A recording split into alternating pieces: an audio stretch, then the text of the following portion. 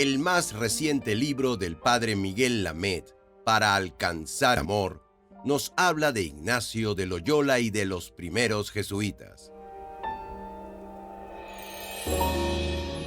Así, a través de la mirada de su amigo Pedro Rivadeneira, uno de los hombres que más trato y mejor conoció al fundador de los jesuitas, se van conociendo las vivencias de Ignacio, sus raíces, su época, sus estudios, la fundación junto a sus compañeros de la orden que ya extendía su influjo por todo el mundo conocido.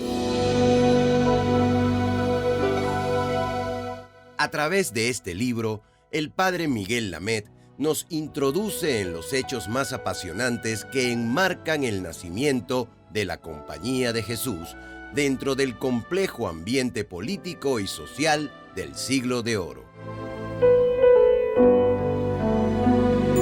El padre Miguel Lamet es un sacerdote jesuita, periodista y reconocido escritor a quien hoy conoceremos un poco más de la mano del padre Gaspare Salerno. Bienvenido, padre, a este programa de la mano con la Iglesia. Yo quisiera, en primer lugar, presentarle, que usted mismo haga su presentación. ¿Quién es el padre Pedro Miguel Lamet? Pues, como diría el padre Arrupe, al que tanto quiero, soy un pobre hombre que intenta no poner impedimentos a la labor de Dios, ¿no? Y eso lo hago a través de unas cualidades que Dios me dio, que son básicamente pues la comunicación sobre todo a través de la palabra escrita, la palabra hablada, y especialmente el encuentro, diríamos, con lo profundo del hombre. Las realidades, la materia, como diría Teilhard de Chardin, está inundada de Dios, y yo quiero ser un pontífice, un fabricante de puentes entre esa materia, entre esa belleza, entre ese cosmos y el hombre de hoy. Háblenos un poco de su última publicación, el padre Lamet. ¿Cómo saca tanto tiempo para poder escribir tanto y además de hacerlo también? Háblenos un poco sobre la portada de este libro tan ejemplar, que invito, por cierto, a todos a adquirirlo, porque definitivamente el padre Lamet escribe en el análisis introductorio a las memorias del padre Castillo que el que realmente quiere retribuir al escritor hay que comprar los libros. Muchas veces estamos acostumbrados a recibir regalado pues los libros. Bueno, el mejor honor que se le puede hacer a un escritor es adquiriendo sus libros. Cuéntenos un poco de esta obra. Sí, este libro se titula Para alcanzar amor.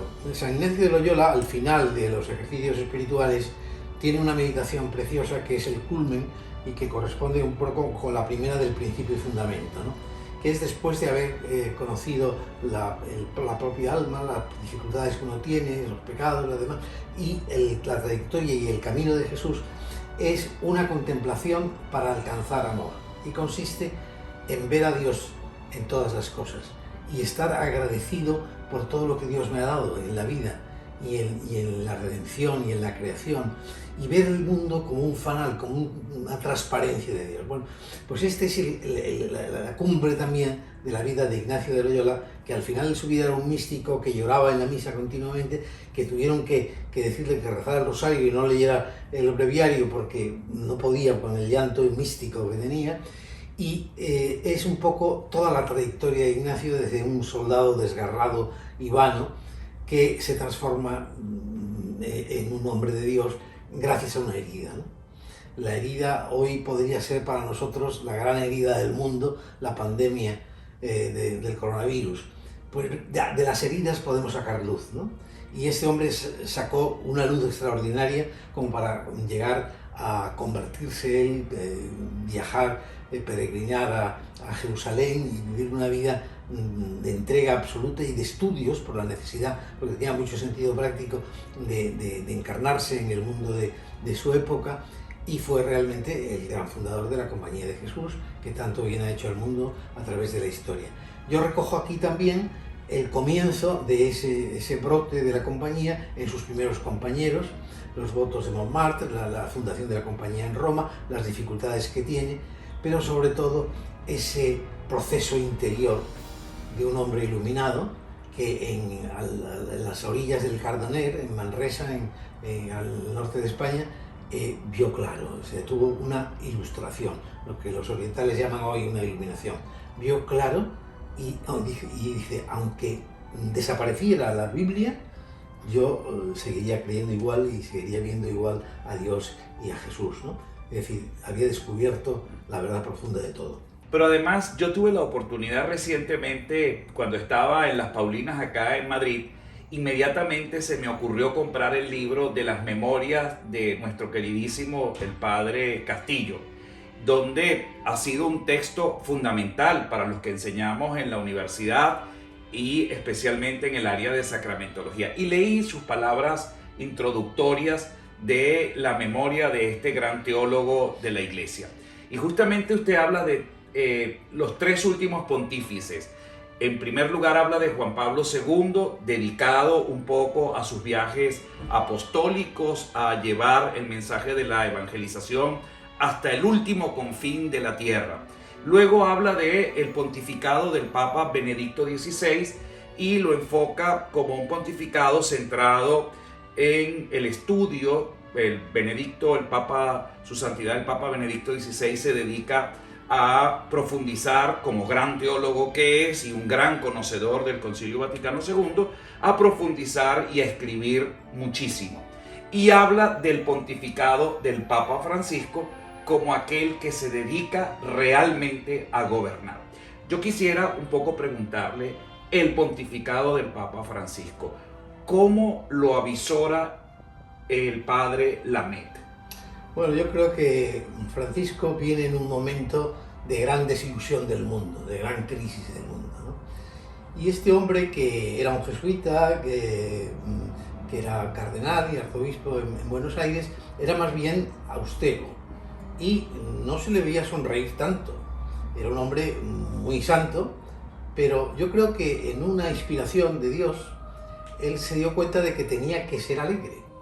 Y entonces pues tenía que traer ese mensaje de alegría, y por eso eligió a Francisco, quizá por hacerse perdonar lo de jesuita también de alguna manera, y entonces trae ese mensaje de evangelio sobre todo. Yo creo que, yo digo que más que un gobernante, está gobernando a la Iglesia efectivamente, pero sobre todo un pastor. Y un pastor de los pequeños, de los más pequeños, ¿no? Eso es una extraordinaria noticia. Lo que pasa es que cuando uno se acerca a los pobres y a los pequeños, los grandes, los del poder, los que tienen el dinero, pues no están conformes. Y mucha gente de esta, pues que ha tenido incluso dentro de la Iglesia, pues no lo aceptan bien, ¿no? Pero él es como Jesús, que es un signo de contradicción y realmente está haciendo una maravillosa labor. Y yo le preguntaría, ¿el Papa Francisco está reformando la Iglesia? Bueno, es una pregunta difícil. Esto solo lo sabe Dios, ¿no? Yo creo que está en algunos aspectos, ya incluso con la actitud que tiene hacia los pobres y hacia los pequeños, está dando una imagen de Iglesia distinta a una Iglesia que ha pasado por una época de verdadera crisis y corrupción, con la pederastia y con otra serie de elementos. Y entonces yo creo que él está dando una imagen de cercanía, de amor, de sencillez, de dulzura, ¿no? Y esto es muy importante en una sociedad traumatizada como la que estamos viviendo por enfermedades, como la pandemia y por otras muchas situaciones conflictivas que se está viviendo también desde el punto de vista económico y demás. Por lo tanto, yo creo que ha puesto en camino la barca de Pedro. Eso podría ser la respuesta. Qué hermoso. Además, aprovechamos este espacio para saludar a nuestro queridísimo Papa, que se está recuperando de manera efectiva para que pronto pueda ir a sus quehaceres cotidianos.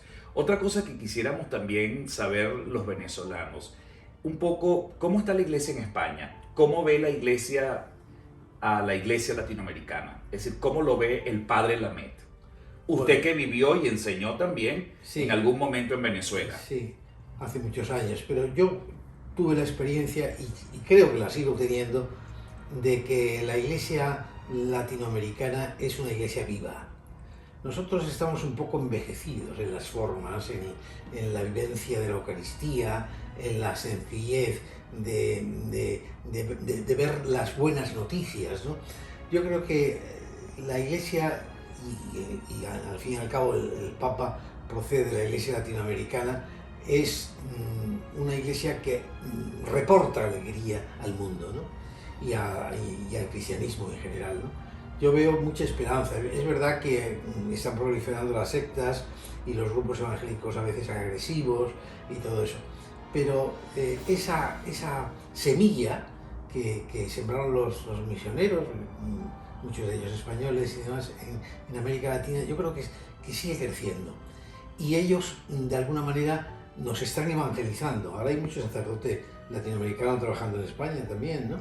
Porque necesitamos un poco esa sangre alegre y positiva del latinoamericano. Para mí ha sido un gran honor el poder hoy estar aquí junto al Padre Lamet. Debo reconocer que desde hace años yo he leído algunos de sus textos, el más probablemente el que me llamó poderosamente la atención sobre la vida de San Ignacio de Loyola, el Padre Lamet, un gran escritor, un gran periodista, de los más grandes que seguramente él no lo reconocerá, pero se los digo con toda humildad, de los más grandes que hemos podido leer y tener dentro de la compañía de Jesús. Para mí es un gran honor y una profunda emoción poder tenerlo hoy a este gran maestro que sin duda las nuevas generaciones debemos observar, no solamente en su escritura, sino muy especialmente en su testimonio de vida, que pueda irradiar también el ministerio sacerdotal de muchos otros tantos que trabajamos el día a día en las diferentes comunidades esparsas en el mundo entero. Por último, quisiera, además de agradecerle al Padre Lamet este tiempo y esta disposición de manera inmediata, un mensaje para los venezolanos, Padre, en estos momentos que además el mundo entero está conmovido por el tema de la pandemia, ha replanteado lo que el Papa Francisco permanentemente nos vive recordando. El mundo definitivamente cambió. Nunca jamás volveremos a ser lo que fuimos antes de la pandemia. ¿Seremos mejores o seremos peores?